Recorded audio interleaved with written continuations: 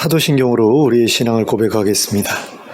전능하사 천지를 만드신 하나님 아버지를 내가 믿사오며 그 외아들 우리 주 예수 그리스도를 믿사오니 이는 성령으로 잉태하사 동정녀 마리아에게 나시고 본디오 빌라도에게 고난을 받으사 십자가에 못 박혀 죽으시고 장사한 지 사흘 만에 죽은 자 가운데서 다시 살아나시며 하늘에 오르사 전능하신 하나님 우편에 앉아 계시다가 저리로서 산 자와 죽은 자를 심판하러 오시리라.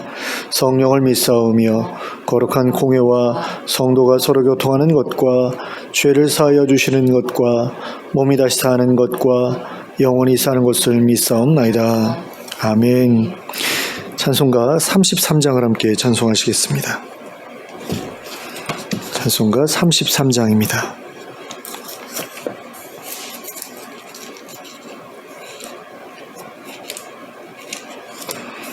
네.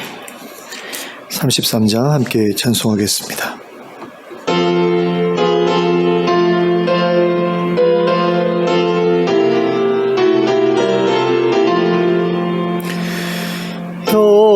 영광스러운 주를 보라. 고난받은 그 모습 승리하고 오실 때에 만민 경배하리라. 왕의 왕이 되신 주께 면류관을 드리세. 왕의 왕이 되신 주께 면류관을 드리세. 보좌 위에 계신 주께 면류관을 드리세. 천군 천사 소리 높여 주를 찬송하도다. 왕의 왕이 되신 주께 면류관을 드리세. 왕의 왕이 되신 주께 면류관을 드리세. 죄인들이 조롱하며 가시관을 씌웠네. 성도들과 천사들은 주의 이름 높이네. 왕의 왕이 되신 주께 면류관을 드리세. 왕의 왕이 되신 주께 면류관을 드리세. 만민들의 찬송소리 하늘 높이 퍼진다. 하늘 보좌 바라보니 기쁨할 양 없도다. 왕의 왕이 되신 주께 면류관을 드리세.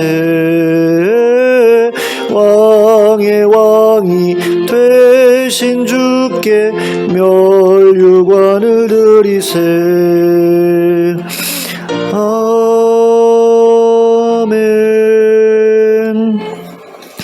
찬송가 451장을 함께 찬송하겠습니다.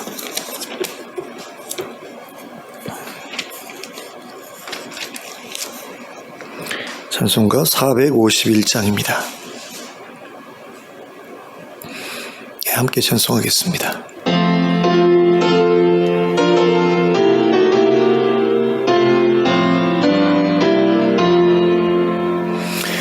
예수 영광 버리사 사람 되신 것 보고 너도 고난 당하나 길이 참으라.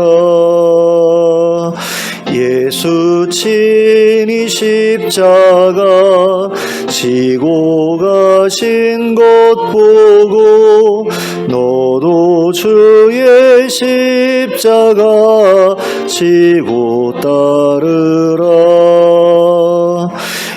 예수 너를 위하여 죽으심을 본받아 너도 남을 위하여 몸을 바쳐라. 예수 부활하셔서 승리하신 것 보고 너도 승리할 줄을 믿고 싸워라. 예수 승천하셔서 영광 받으심 보고 너도 영광 받을 줄 믿고 섬겨라. 예수 다시 오셔서 상을 주실 줄 믿고 너도 상을 얻도록 참고 참으라. 아멘. 하나님의 말씀 사도행전 24장 1절부터 21절까지의 말씀입니다.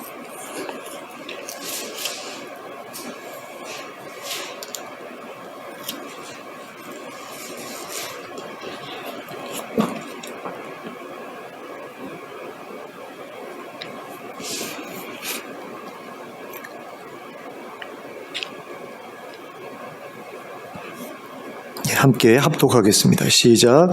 닷새 후에 대제사장 아나니아가 어떤 장로들과 한 변호사 더들로와 함께 내려와서 총독 앞에서 바울을 고발하니라.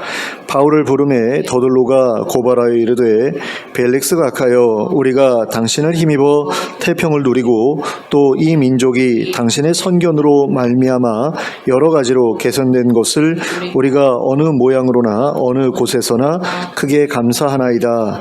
당신을 더 괴롭게 아니하려 하여 우리가 대강 여짜옵나니 관용하여 들으시기를 원하나이다. 우리가 보니 이 사람은 전염병 같은 자라. 천하에 흩어진 유대인을 다 소요하게 하는 자요 나사렛 이단의 우두머리라. 그가 또 성전을 더럽게 하려 함으로 우리가 잡아싸우니 당신이 친히 그를 신문하시면 우리가 고발하는 이 모든 일을 아실 수 있나이다 하니 유대인들도 이에 참가하여 이 말이 옳다 주장하니라. 총독이 바울에게 머리로 표시하여 말하라 하니 그가 대답하되 당신이 여러 해 전부터 이 민족의 재판장 된 것을 내가 알고 내 사건에 대하여 기꺼이 변명하나이다. 당신이 아실 수 있는 바와 같이 내가 예루살렘에 예배하러 올라간 지 열 이틀밖에 안 되었고 그들은 내가 성전에서 누구와 변론하는 것이나 회당 또는 시중에서 무리를 소동하게 하는 것을 보지 못하였으니 이제 나를 고발하는 모든 일에 대하여 그들이 능히 당신 앞에 내세울 것이 없나이다. 그러나 이것을 당신께 고백하리이다. 나는 그들이 이단이라 하는 도를 따라 조상의 하나님을 섬기고 율법과 선지자들의 글에 기록된 것을 다 믿으며 그들이 기다리는 바 하나님께 향한 소망을 나도 가졌으니 곧 의인과 악인의 부활이 있으리라 함이니이다. 이것으로 말미암아 나도 하나님과 사람에 대하여 항상 양심에 거리낌이 없기를 힘쓰나이다. 여러 해 만에 내가 내 민족을 구제할 것과 재물을 가지고 와서 드리는 중에 내가 결례를 행하였고 모임도 없고 소동도 없이 성전에 있는 것을 그들이 보았나이다. 그러나 아시아로부터 온 어떤 유대인들이 있었으니 그들이 만일 나를 반대할 사건이 있으면 마땅히 당신 앞에 와서 고발하였을 것이요 그렇지 않으면 이 사람들이 내가 공회 앞에 섰을 때에 무슨 옳지 않은 것을 보았는가 말하라 하소서.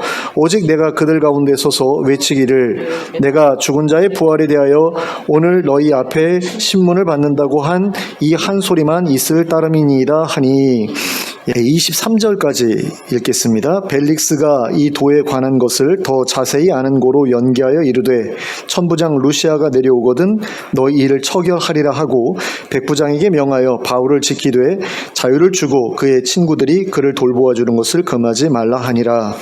아멘. 제가 21절까지로 적었는데 왜 그랬는지 모르겠네요. 실수를 했습니다. 두 절을 잘라서 말씀을 드렸네요. 죄송합니다. 자신이 미워하는 사람을 나락으로 떨어뜨리는 데 있어서 가장 좋은 방법은 그 사람에 대한 거짓말을 퍼뜨리는 것이라고 할 수 있습니다. 거짓말을 퍼뜨려서 다른 사람들로 하여금 그 사람을 오해하게 만들고 그 사람을 미워하게 만드는 것입니다. 그래서 그 사람을 괴롭게 만드는 것, 그것이 바로 한 사람을 나락으로 떨어뜨리는데 가장 효과적인 방법이 아닐까 싶습니다. 그런데 이러한 거짓말이라는 수단은 그저 상대를 고통스럽게 할 수 있을 뿐만 아니라 상대를 죽음으로까지 몰아넣을 수도 있습니다. 그 사람이 저지르지도 않은 죄를 저질렀다는 거짓말을 통해 그 사람을 죽음으로 몰아넣을 수도 있습니다. 그러한 예를 우리는 성경에서도 어렵지 않게 찾아볼 수 있습니다. 먼저 구약 성경에 기록된 것을 찾아보면 아합의 아내 이세벨이 나봇의 포도원을 차지하기 위해 거짓 증인 둘을 세워 나봇을 죽음으로 몰아넣었던 사건이 대표적이라고 할 수 있습니다. 이세벨이 사주한 거짓 증인들은 나봇이 하나님을 모욕했다는 거짓말로 나봇을 고소했고 결국 나봇은 투석형에 처해져 살해당하고 말았습니다. 그리고 그의 포도원은 아합에게로 넘어갔습니다. 그리고 신약 성경에 기록된 것을 찾아보면 대제사장의 무리들이 예수님을 죽이기 위해서 사내들인 공회를 열고 거짓 증인들을 세워 예수님을 고발했던 사건이 대표적이라고 할 수 있습니다. 그들은 빌라도에게 예수님을 고발할 때에도 예수님이 반란을 일으키려 했다는 거짓말로 예수님을 고발했습니다. 그래서 결국 예수님은 십자가에 못 박혀 죽임을 당하고 말았습니다. 그런데 오늘 우리가 함께 읽은 본문에서도 이와 비슷한 내용을 발견하게 됩니다. 예수님께서 대제사장 가야바의 무고에 의해 빌라도 총독 앞에서 재판을 받게 되었던 것처럼 바울 역시 대제사장 아나니아의 무고에 의해 벨릭스 총독 앞에서 재판을 받게 되었던 것입니다. 그런데 바울이 받았던 재판이 예수님께서 받으셨던 재판과 달랐던 점은 대제사장 아나니아가 변호사를 대동하고 나타났다는 점입니다. 그러니까 예수님이 재판을 받으셨을 때에는 변호사 같은 거 없이 재판을 받으셨는데 대제사장 아나니아가 바울의 재판에 대해서는 변호사를 대동하고 나타나서 재판을 받았다라는 거죠. 그 이유가 무엇이었을까요? 대제사장 본인이 말하는 것보다 로마법에 대해서 정통했던 변호사가 말하는 것이 자기들에게 유리한 판결을 이끌어내는 데 도움이 되리라고 생각했기 때문입니다. 실제로 대제사장이 데려온 변호사 더둘로는 아주 매끄러운 언변으로 재판의 분위기를 유리하게 이끌어가고자 했습니다. 더둘로는 먼저 재판장인 벨릭스 총독에 대해 손발이 오그라들 정도의 아부를 늘어 놓았습니다. 3절을 보시기 바랍니다. 벨릭스 각하여 우리가 당신을 힘입어 태평을 누리고 또 이 민족이 당신의 선견으로 말미암아 여러 가지로 개선된 것을 우리가 어느 모양으로나 어느 곳에서나 크게 감사하나이다. 이러한 더둘로의 말을 다시 정리해 보면 로마의 총독인 당신이 우리를 다스리기 시작한 이후로 우리가 태평을 누리게 되었고 우리나라가 여러 면에서 개화될 수 있었다라는 말이라고 할 수 있습니다. 이것은 마치 일본이 우리나라를 지배했기 때문에 우리 민족이 이만큼 개화될 수 있었다라고 하는 친일파들의 주장과도 비슷해 보입니다. 그러면 더둘로는 왜 이런 식으로 매국노 같은 발언까지 해가면서 벨릭스 총독을 띄워주었던 것일까요? 그것은 당연히 재판에서 이기기를 바랐기 때문입니다. 그러니까 재판장의 마음을 자기네 방향으로 이렇게 돌리기 위해서 그렇게 했던 거죠. 그는 대제사장에게 고용된 사람이었고 대제사장에게 대가를 받았기 때문에 대제사장이 원하는 결과를 만들어내야만 했던 것입니다. 그래서 그는 바울을 궁지로 몰아넣기 위해 바울에 대한 인신공격을 서슴지 않았습니다. 그는 바울에 대해 전염병 같은 자요, 천하에 흩어진 유대인들을 소란스럽게 하는 자요, 나사렛 이단의 괴수라고 공격했습니다. 그리고 또한 그가 성전을 더럽게 하려고 했기 때문에 우리가 그를 붙잡았던 것이라고 주장했습니다. 그런데 이러한 더둘로의 고발은 진실과는 거리가 먼 것이었습니다. 우선 그가 바울을 전염병 같은 자라고 했던 것은 그 자리에 있는 사람들로 하여금 바울에 대해 나쁜 사람이라는 선입견을 가지게 하기 위해 의도적으로 펼쳤던 인신공격이었습니다. 또한 그는 바울을 천하에 흩어진 유대인들을 소란스럽게 하는 자라고 했는데 실제로 소란을 일으킨 자들은 바울이 아니라 바울을 공격하기 위해서 쫓아다녔던 사람들이었습니다. 무엇보다 그가 성전을 더럽히려 했다는 것 역시 실제로 일어난 일이 아니었고 일어날 뻔한 일도 아니었기 때문에 고발의 이유가 될 수 없는 일이었습니다. 또한 바울이 나사렛 예수를 따르는 사람이라는 것은 사실이었지만 나사렛 이단의 괴수라는 표현은 지나친 감이 있는 표현이었습니다. 이러한 표현은 바울에 대해 좋지 않은 조직의 수괴라는 느낌을 주기 위해 사용된 것으로 보입니다. 결국 더둘로가 고발한 죄목 가운데에서 제대로 된 근거를 가진 죄목은 단 한 가지도 없었습니다. 그럼에도 불구하고 더둘로는 바울이라는 사람을 사회를 혼란스럽게 만들 수 있는 위험한 존재라고 포장함으로써 이 사람만 없애면 모두가 편안해질 수 있다는 메시지를 청중들의 마음에 심어주고자 했습니다. 이러한 더둘로의 고발이 끝나자 벨릭스는 바울에게 변론할 기회를 주었습니다. 그러자 바울은 더둘로와는 다르게 짧은 말로 벨릭스 총독의 권위에 예의를 표한 다음 자신에 대해 변론하기 시작했습니다.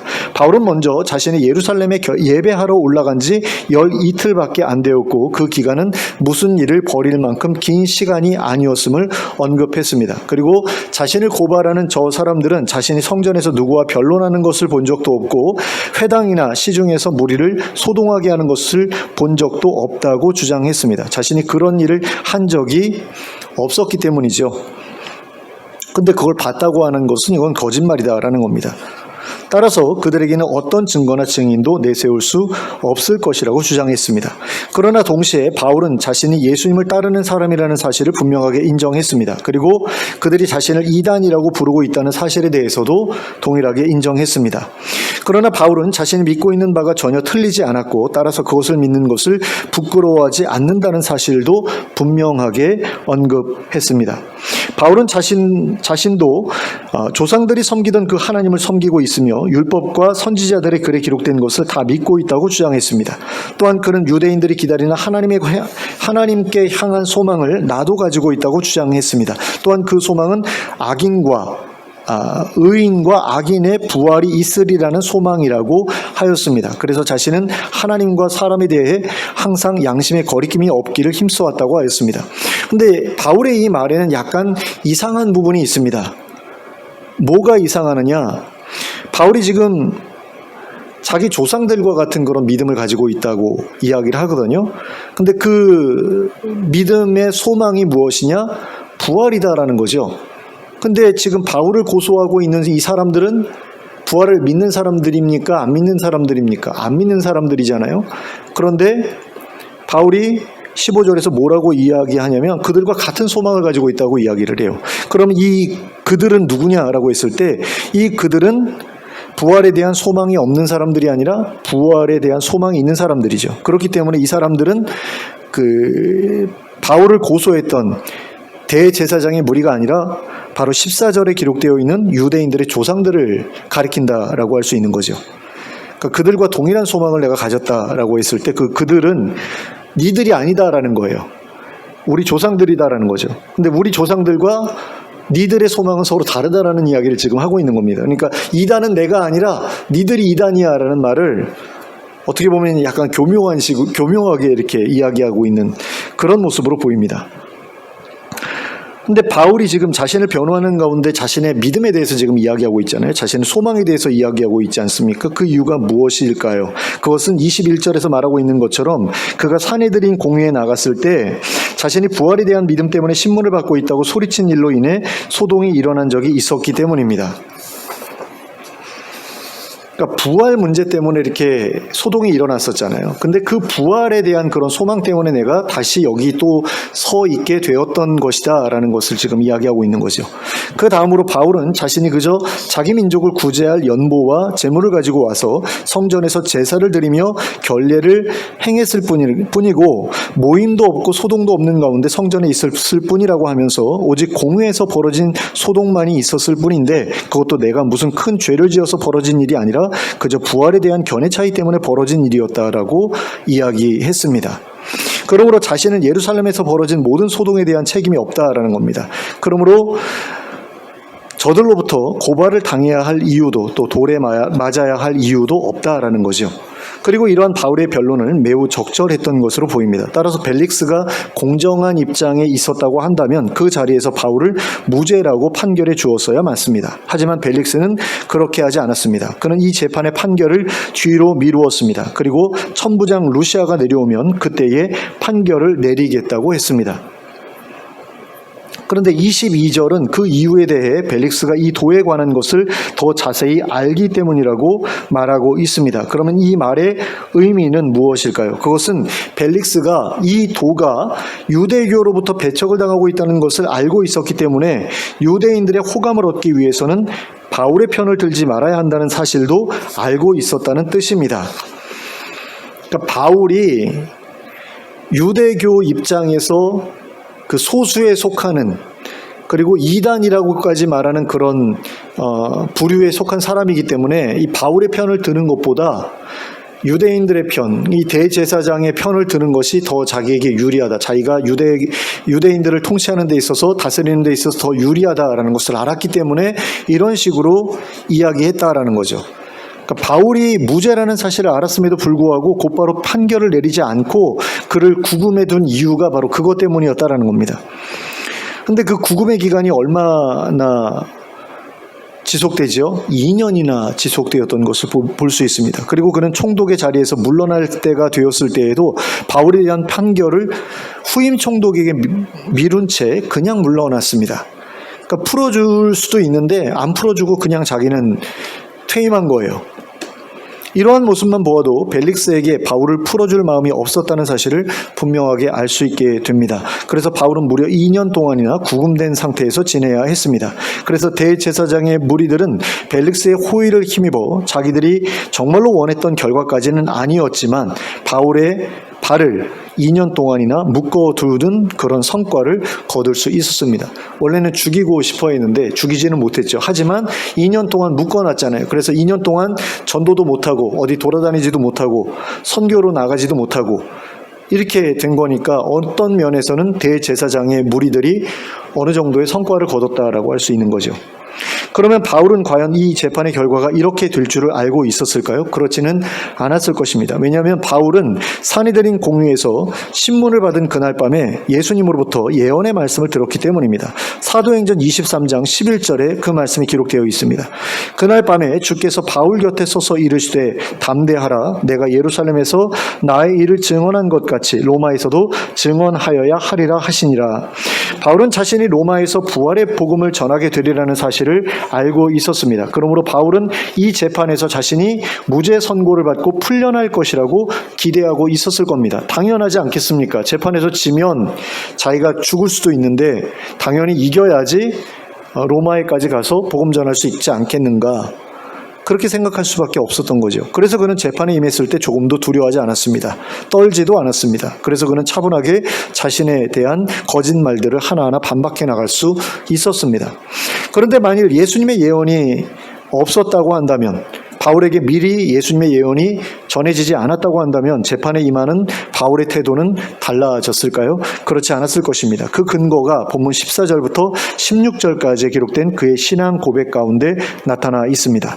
그는 자신이 의인과 악인의 부활을 믿으며 그 때문에 하나님과 사람에 대하여 항상 양심의 거리낌이 없기를 힘써왔다고 하였습니다.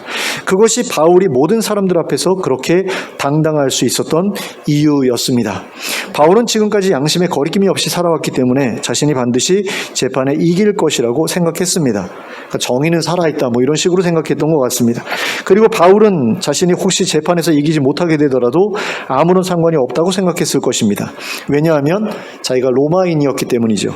그 로마인이었기 때문에 황제에게 상소를 하겠다고 하면 로마에 가서 다시 재판을 받을 수 있는 그런 기회가 있었기 때문에 여기서 지더라도 크게 문제가 되지 않는다, 그렇게 생각했을 가능성도 있습니다. 그리고 바울은 만에 하나 벨릭스 총독이 자신을 대제사장에게 내어준다고 하더라도, 그래서 죽게 된다고 하더라도 하나님께서 의인과 악인을 다시 불러내실 때에 자신이 다시 살아날 것임을 믿었습니다. 지금까지 양심에 거리끼는 일 없이 살아왔기 때문에 하나님 앞에서 의로운 자로 인정받고 부활의 영광을 얻게 될 것임을 믿었던 것입니다. 그래서 그는 그 자리에서 조금의 흔들림도 없이 당당한 태도를 보여줄 수 있었습니다. 솔직히 말해서 중대한 범죄의 피의자가 되어 법정에 나가 재판을 받게 되는 일은 누구에게도 흔한 경험이 아닙니다. 그런 일은 대부분의 사람들에게 있어서 평생에 한 번 있을까 말까한 일입니다. 그러므로 그런 자리에 서게 되면 누구나 두렵고 떨리는 마음을 가지게 되어 있습니다. 한번 생각해 보세요. 갑자기 어느 날 경찰들이 다 그 영장 가지고 찾아와가지고 무슨 어떤 중대한 범죄 혐의로 체포하겠다라고 한다면 막 국가반역죄 이런 걸로 체포당한다, 또는 마약상으로 오인받아가지고 사실은 옆집 사람에게 가야 될 게 나한테 와가지고 내가 붙잡혀간다, 이런 일이 생긴다, 그러면 되게 두려울 것 같지 않습니까? 근데 만약에 그런 자리에 내가 서게 되었다라고 했을 때 내 정당함을 차근차근하게 변론하는 것은 누구에게도 쉽지 않은 일이겠죠. 그런데 바울은 전혀 그런 모습을 보이지 않았다라는 겁니다. 물론 바울은 이전에도 산헤드린 공회에서 재판을 받았던 경험이 있었습니다. 그런데 그 첫 재판에서도 그는 여전히 두려워하거나 떠는 모습을 보여주지 않았죠. 우리는 그 이유를 알고 있습니다. 바울은 자기 양심에 부끄러운 일 때문에 재판을 받고 있었던 것이 아니었기 때문입니다. 그래서 그는 항상 재판석에 설 때마다 그 사실을 언급했습니다. 산헤드린 공회에서 그는 이렇게 말한 바 있습니다. 사도행전 23장 1절 말씀입니다. 바울이 공회를 주목하여 이르되 여러분 형제들아, 오늘까지 나는 범사의 양심을 따라 하나님을 섬겼노라 하거늘. 그리고 벨릭스 총독 앞에서도 이렇게 말했습니다. 사도행전 24장 16절 말씀입니다. 이것으로 말미암아 나도 하나님과 사람에 대하여 항상 양심의 거리낌이 없기를 힘쓰나이다. 자, 이처럼 바울은 늘 자신의 양심에 거리끼는 일을 멀리하면서 살았습니다. 그러므로 그는 언제나 하나님 앞에서 떳떳했고 사람들 앞에서 떳떳했습니다. 거기에 더해서 그에게는 부활에 대한 확신이 있었습니다. 그러므로 죽음이 두렵지 않았습니다. 그러므로 죽음으로 위협하는 사람들에게 굴복하지 않을 수 있었던 것입니다. 이처럼 양심에 거리낌이 없고 죽음에 대한 두려움도 없는 사람에게는 어떠한 자리에 서게 되더라도 두려움 없이 설 수 있는 그런 용기가 있습니다. 그래서 매사에 당당할 수 있습니다. 예수님께서도 산헤드린 공회에서나 빌라도 총독 앞에서 전혀 두려워하거나 떨지 않으셨습니다. 양심에 거리끼는 일이 없으셨고 죽음에 대한 두려움이 없으셨기 때문입니다. 예수님께서는 자신에게 죄가 없음에도 불구하고 십자가에서 죽으실 것을 알고 계셨고 또 죄가 없이 죽으셨기 때문에 다시 부활하게 될 것도 알고 계셨습니다. 그래서 자신의 죽음을 바라는 사람들 앞에서 위축되지 않으셨습니다. 끝까지 당당하셨습니다. 그러므로 예수님을 따르는 우리들도 그와 같이 사람들 앞에서 당당할 수 있어야 합니다. 그러기 위해서 우리에게 필요한 것은 양심에 거리낌이 없이 사는 일입니다. 양심에 꺼려지는 일은 절대로 하지 않는 것입니다. 그런데 이게 가능한 일일까요? 사실 제가 생각할 때는 불가능한 일처럼 느껴집니다. 양심에 꺼려지는 일, 내가 하나님 앞에서 떳떳하게 살기 위해서 내가 양심에 꺼려지는 일을 안 하겠다라고 결심을 해도 막상 뭔가 나에게 어떤 큰 손해가 찾아온다거나 어려움이 찾아온다거나 그렇게 되면 양심에 꺼려지는 일을 선택하게 되기도 하죠. 그러면 이걸 어떻게 하면 하지 않을 수 있을까라고 했을 때 답은 한 가지밖에 없는 것 같아요. 성령으로 충만해져 있어야, 그래야만 양심에 꺼려지는 일을 선택하지 않을 수 없는 그런 상황에서도 그걸 선택하지 않을 수가 있게 되는 거죠. 그 잘못된 일을 선택하지 않을 수가 있게 되는 거죠. 그건 오직 성령으로 충만해 있을 때만 가능한 일이 아니겠는가. 그래서 바울 같은 경우는 사실 예수 믿기 전에는 그 율법에 대한 열심 때문에 그렇게 살아왔잖아요. 근데 그 열심만으로도 어떻게 보면은 강박적인 어떤 그런 율법 준수에 대한 열망만으로도 그렇게 양심에 꺼려지는 일을 하지 않았다. 이건 진짜 대단한 거죠. 근데 예수님을 믿고 나서는 성령의 충만한 가운데 살아왔기 때문에 더더욱 그 일이 수월하지 않았을까, 그 사람에게는. 근데 우리 예수 믿는 사람들도 그렇게 해야 되지 않겠는가, 그런 생각이 듭니다. 그와 동시에 우리에게 또 필요한 것이 한 가지 더 있죠. 그것은 바로 부활의 확신이라고 할 수 있습니다. 예수님처럼 억울한 죽음을 당하는 일이 생기더라도 부활을 통해서 자신의 정당함을 인정받게 되는 날이 오리라는 사실에 대한 확신이 있어야 우리가 그렇게 예수님처럼 당당할 수 있다는 거죠. 그래야지 우리는 우리를 적대하는 사람들, 우리를 무고하는 사람들, 우리에 대해 거짓 소문을 퍼뜨리는 사람들, 그리고 우리를 죽이고자 하는 사람들 앞에서 당당할 수 있게 되는 것입니다. 우리를 적대하는 수많은 사람들 앞에서도 두려워하거나 떨지 않을 수 있게 된다라는 거죠. 그리고 그런 사람들에 대해 성경은 세상이 감당할 수 없는 사람이라고 표현하고 있습니다. 하나님께서는 우리가 그처럼 세상이 감당할 수 없는 사람이 되기를 바라고 계십니다. 하나님과 사람들 앞에서 부끄러운 것이 없는, 그래서 누구 앞에서든 떳떳하고 당당한 그런 사람이 되기를 바라고 계십니다. 그러므로 우리 모두가 하나님 앞에서 그와 같은 사람이 될 수 있기를 바랍니다. 그리하여 하나님 나라를 세워가는 일에 바울과 같이 귀하게 쓰임받는 우리가 될 수 있기를 예수 그리스도의 이름으로 축원합니다. 함께 기도하겠습니다.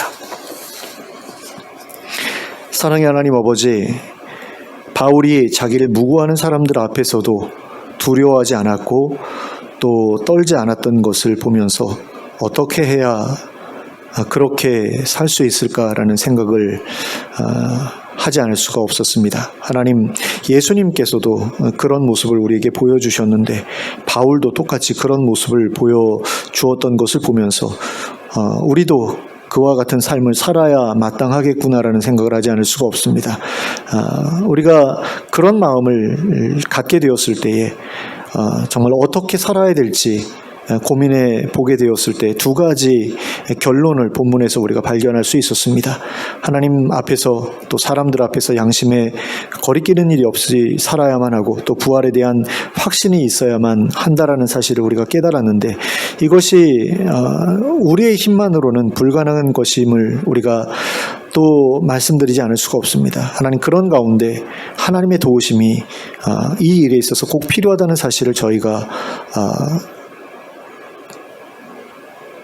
붙들지 않을 수가 없습니다. 하나님, 저희를 성령으로 충만하게 해주시길 바랍니다. 그래서 우리의 양심이 할례를 받아서 늘 예민한 상태에 있게 하여 주시길 원합니다. 그래서 어떤 죄의 유혹이 찾아올 때에 우리가 그것을 저지르고자 하는 그런 욕망을 충분히 이겨낼 수 있는 그런 힘을 우리 마음속에 갖게 되기를 원합니다. 정말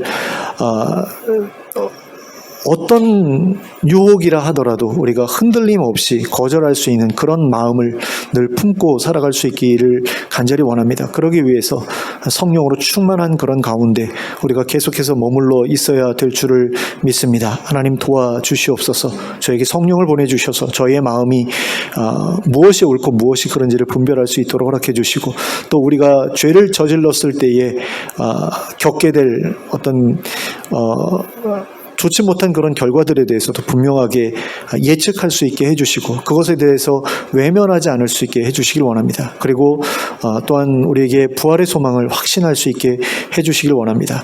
어떤 결과가 우리에게 찾아올지라도, 어떤 억울한 일이 우리에게 찾아올지라도 그 모든 것들이 하나님 앞에서 다 드러나게 되고 또 우리의 정당함이 드러나게 되리라는 사실을 믿는 가운데 죽음의 위협 앞에서도 우리가 타협하지 않을 수 있는 그런 믿음을 가지고 살아갈 수 있도록 저희를 이끌어 주시옵소서. 그래서 어떤 자리에서도 예수님처럼 또 바울처럼 당당하게 우리의 의로움을 분명하게 선언하고 타협하지 않고 하나님과 사람들 앞에 설 수 있는 저희들이 될 수 있도록 인도하여 주시옵소서. 예수 그리스도의 이름으로 기도하였습니다. 아멘. 찬송가 455장을 함께 찬송하겠습니다. 455장을 함께 찬송하겠습니다.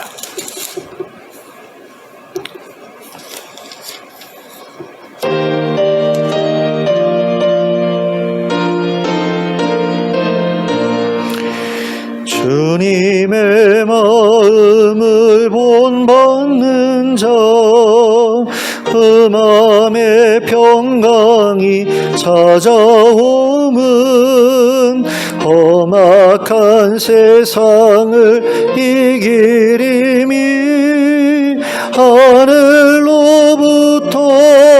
임함이로라. 주님의 마음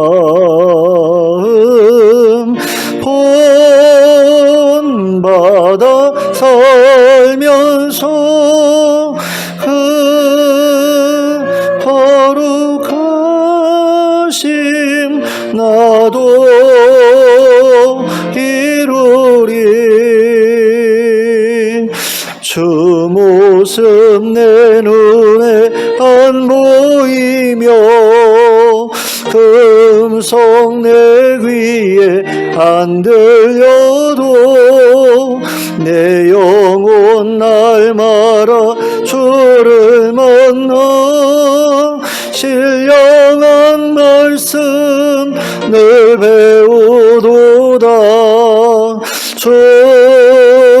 주님의 마음 본받아 살면서 그 거룩하심 나도 이루리. 가는 길 거칠고 험하여도 내 맘에 불평이 없어짐은 십자가 고난을 이겨내신 주님의 마음 본받음이라. 주님의 마음 본받아 살면서 그 거룩하심 나로 이루리. 주 예수 세상에 다시 오실 그날엔 무성도 변화하여 주님의 빛나는 그 영상을 함께 보며 다 찬양하리. 주님의 마음 본받아 살면서 그 거룩하심 나도 이루리. 함께 주님 가르쳐 주신 기도로 예배를 마치겠습니다. 하늘에 계신 우리 아버지여, 이름이 거룩히 여김을 받으시오며 나라가 임하시오며 뜻이 하늘에서 이루어진 것 같이 땅에서도 이루어지이다. 오늘 우리에게 일용할 양식을 주시옵고 우리가 우리에게 죄 지은 죄를 사하여 준 것 같이 우리 죄를 사하여 주시옵고 우리를 시험에 들게 하지 마시옵고 다만 악에서 구하시옵소서. 나라와 권세와 영광이 아버지께 영원히 있사옵나이다. 아멘.